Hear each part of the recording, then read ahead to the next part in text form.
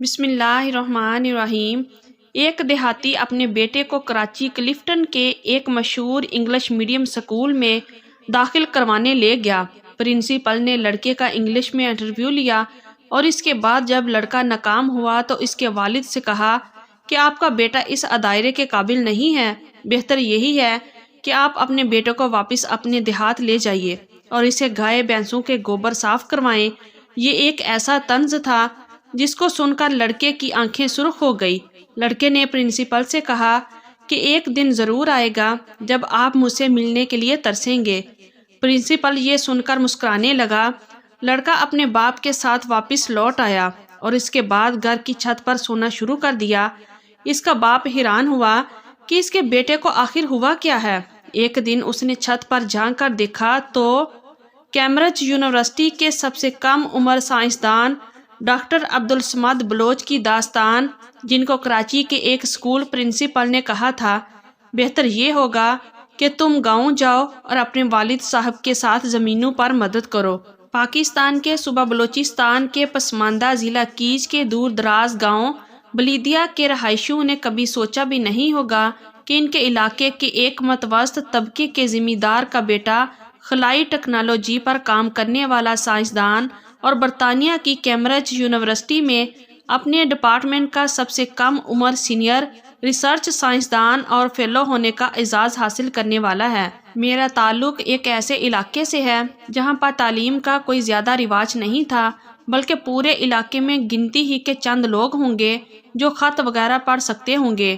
میرے والد اور والدہ نے کبھی اسکول کا منہ نہیں دیکھا تھا، مگر بچپن ہی سے ان کی خواہش تھی کہ ہم پڑھ لکھ جائیں۔ ہم زمیندار ضرور ہیں اور زمینیں بھی کافی ہیں، مگر ہماری زمینوں پر وہ پیداوار نہیں ہوتی جو ہونی چاہیے۔ چنانچہ والدہ میری ضروریات پوری کرنے کے لیے کیا کیا کرتی تھی بیان نہیں کر سکتا۔ اس سے بڑھ کر یہ کہ والد صاحب کو اقبال کے کچھ اشعار یاد تھے جو وہ مجھے اور میرے بھائیوں کو ہر وقت سنایا کرتے تھے، جس سے ہمت بندھ جاتی تھی۔ پڑھائی میں میری دلچسپی کو دیکھتے ہوئے والد صاحب ہمیں ساتھ لے کر کراچی کے علاقے لیاری پہنچ گئے۔ جب میں پہلی مرتبہ کراچی گیا تو یقین کریں کہ مجھے ایسا لگا کہ یہ کوئی اور ہی دنیا ہے۔ لوگ، گاڑیاں، ٹریفک اور روشنیاں دیکھ کر حیرت زدہ رہ گیا تھا۔ رات کے وقت جلتی لائٹیں دیکھ کر مجھے ایسے لگا کہ جیسے میں کسی روشنیوں کے شہر میں پہنچ گیا ہوں۔ لیاری میں ایک اردو میڈیم سکول میں داخلہ لیا، مگر جلد ہی اندازہ ہو گیا کہ جب تک انگریزی اچھی نہیں ہوگی اس وقت تک ترقی کرنا ممکن نہیں ہے۔ اس صورتحال کا اندازہ ہونے کے بعد والد صاحب کو بتایا کہ مجھے انگلش میڈیم سکول میں داخلہ لینا ہے، جس پر والد صاحب مجھے کلفٹن کراچی میں واقع شہرت یافتہ سکول لے گئے، جو کہ ان کی استطاعت سے بڑھ کر تھا، لیکن انہوں نے میرے شوق کی خاطر مجھے وہاں پڑھانے کی ٹھان لی تھی۔ میں ایک دیہاتی بچہ تھا جو شہری طریقے تو زیادہ نہیں جانتا تھا، مگر میرے پاس والدین کا دیا ہوا اعتماد اور کچھ کر گزرنے کا حوصلہ تھا۔ اس موقع پر پرنسپل صاحبہ نے اپنے دفتر میں والد صاحب کی موجودگی میں میرا انٹرویو لیا اور انگریزی ہی میں مجھ سے بات چیت شروع کر دی۔ حالانکہ والد صاحب نے پرنسپل کو پہلے بتایا تھا کہ یہ یہاں داخلہ لینا ہی اس لیے چاہتا ہے کہ اس کی انگریزی بہتر ہو سکے۔ صورتحال یہ تھی کہ انگریزی تو مجھے آتی نہیں تھی، مگر سمجھ لیتا تھا۔ سب سے پہلے انگریزی میں میرا نام پوچھا، جس کا میں نے اردو میں جواب دیا۔ اس کے بعد انہوں نے پوچھا کہ والد صاحب کیا کرتے ہیں۔ میں نے بتایا کہ زمینوں پر کام کرتے ہیں۔ اس طرح انہوں نے کچھ اور سوال پوچھے، جس میں سے کچھ سمجھ میں آئے اور کچھ نہیں۔ شاید ان کو اردو میں میرے جواب ناگوار گزرے، حالانکہ میں نے ان کو یہ بتانے کی بھی کوشش کی تھی کہ اگر مجھے داخلہ مل گیا تو میں بہت محنت کروں گا، مگر اس کے باوجود انہوں نے آخر میں مجھے کہا بہتر یہ ہوگا کہ تم گاؤں جاؤ اور اپنے والد صاحب کے ساتھ زمینوں پر مدد کرو۔ اس نے میرے باپ کی طرف اشارہ کرتے ہوئے کہا کہ آپ اپنے بیٹے کو اپنے ساتھ واپس گاؤں لے جائیے اور یہ گائے بھینسوں کے گوبر صاف کرے گا، کیونکہ اس کی اوقات اس ادارے میں پڑھنے کی نہیں ہے۔ مجھے نہیں لگتا کہ یہ اس ادارے میں پڑھ پائے گا، اور آپ کے بیٹے میں اتنی اہلیت ہے ہی نہیں۔ پرنسپل کے الفاظ سن کر میرے والد کے چہرے پر پریشانی کے آثار نمایاں تھے۔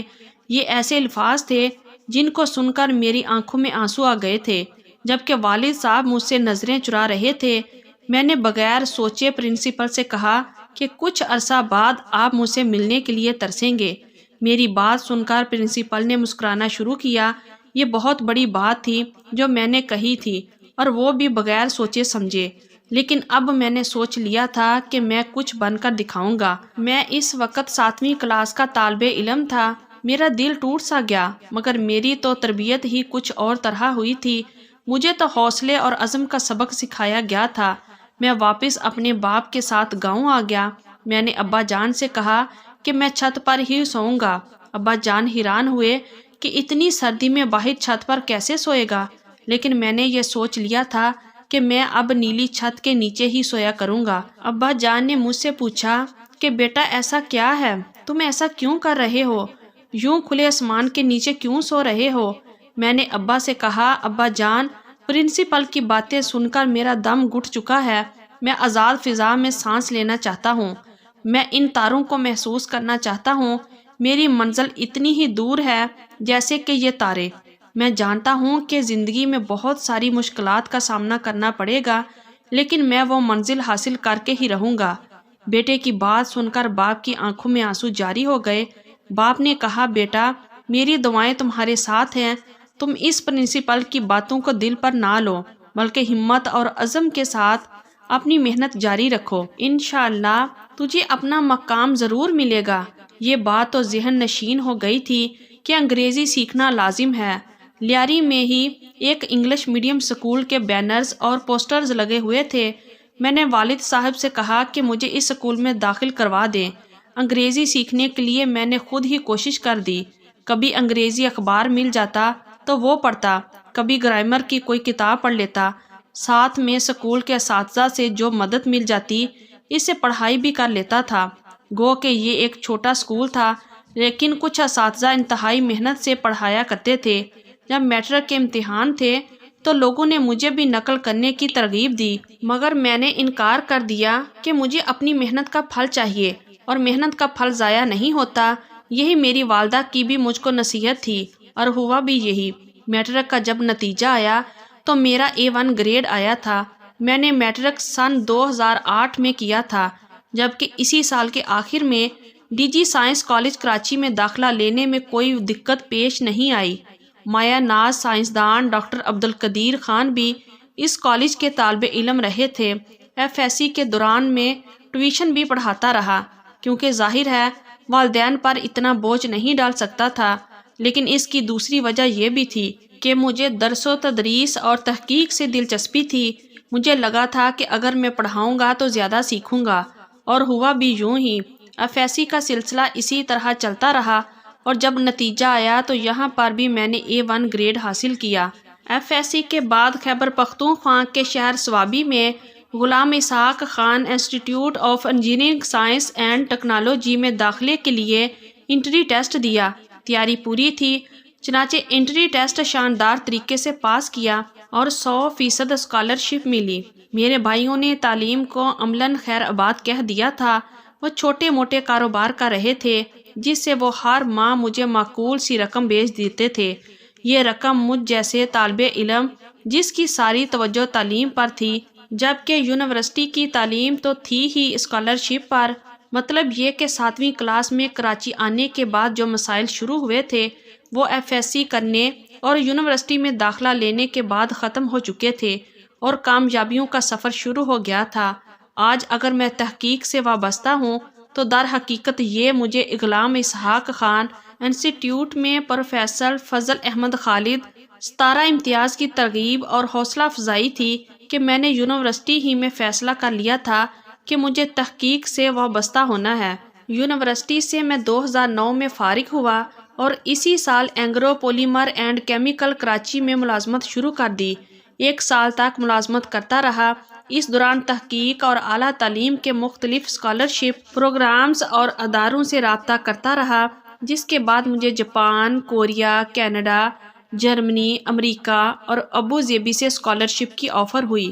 MPhil اور ریسرچ کرنے کے لیے سب سے بہترین آفر خلیفہ یونیورسٹی ابوظہبی سے ملی، کیونکہ اس کے ساتھ امریکہ کی MIT یونیورسٹی کا بھی تعاون تھا۔ دوسری بات یہ کہ ریسرچ کے دوران ان کا اعزاز یہ ایک اچھی تنخواہ جتنا تھا جس کی وجہ سے میں نے اس کو قبول کر لیا تھا۔ اس کے بعد scholarship he per university of Tokyo سمیت بہت سے عالمی اداروں میں ریسرچ کی اور PhD مکمل کی۔ PhD کے دوران میری تحقیق زیادہ تر گرافین کے نام کے ایک مادے پر تھی جس کو استعمال کر کے مختلف آلات بنائے۔ یہ ریسرچ بہت سے بین الاقوامی جریدوں میں شائع ہوئی۔ جب میری ریسرچ شائع ہوئی تو مجھے امریکہ، ابوظہبی، برطانیہ اور ٹوکیو سے مختلف آفرز آئی۔ میری ریسرچ کیمبرج یونیورسٹی کے ایک مایہ ناز سائنسدان کو اچھی لگی جنہوں نے مجھے وہاں جاب آفر کی۔ ویسے تو تنخواہ اور مراعات کے حساب سے بہتر آفر ابوظہبی سے تھی، مگر اب میرا مقصد تنخواہ نہیں بلکہ اگلی منزل تک پہنچنا تھا۔ چنانچہ میں نے کیمبرج یونیورسٹی سے آنے والی آفر کو قبول کیا کیونکہ مجھے تحقیق کے میدان میں کام کرنا تھا اور شاید دنیا بھر میں تحقیق کے حوالے سے سب سے بہتر سہولتیں اور ماحول کیمبرج یونیورسٹی ہی میں دستیاب ہے، جہاں سے نیوٹن اور سٹیفن ہاکنگ جیسے سائنسدان بھی منسلک رہ چکے تھے۔ 2 سال تک کیمبرج میں ریسرچ سائنسدان کی حیثیت سے کام کرنے کے بعد مجھے سینئرز ریسرچ سائنسدان کی حیثیت سے کام کرنے کا موقع ملا ہے۔ مجھے پتہ نہیں مگر کہا جاتا ہے کہ کیمبرج میں ریسرچ سائنسدان سے سینئر سائنسدان کا درجہ حاصل کرنے کے لیے 2 سال بہت ہی کم عرصہ ہے، اور مجھے بھی یہ لگتا ہے کہ میں وہاں پر سب سے کم عمر سینئر سائنسدان ہوں۔ کیمبرج میں جانے کے بعد بہت سے یورپی کمپنیوں اور اسپیس ایجنسیوں کے ساتھ مل کر اسپیس ٹیکنالوجی سے منسلک آلات بنائے۔ ان آلات کو ٹیسٹ کرنے کے لیے وقتاً فوقتاً خلائی جہاز اور مصنوعی سیارے لانچ کرتے رہے، جن میں پیرابولک فلائٹ، ساؤنڈنگ راکٹ اور دیگر اسپیس کرافٹ شامل ہیں۔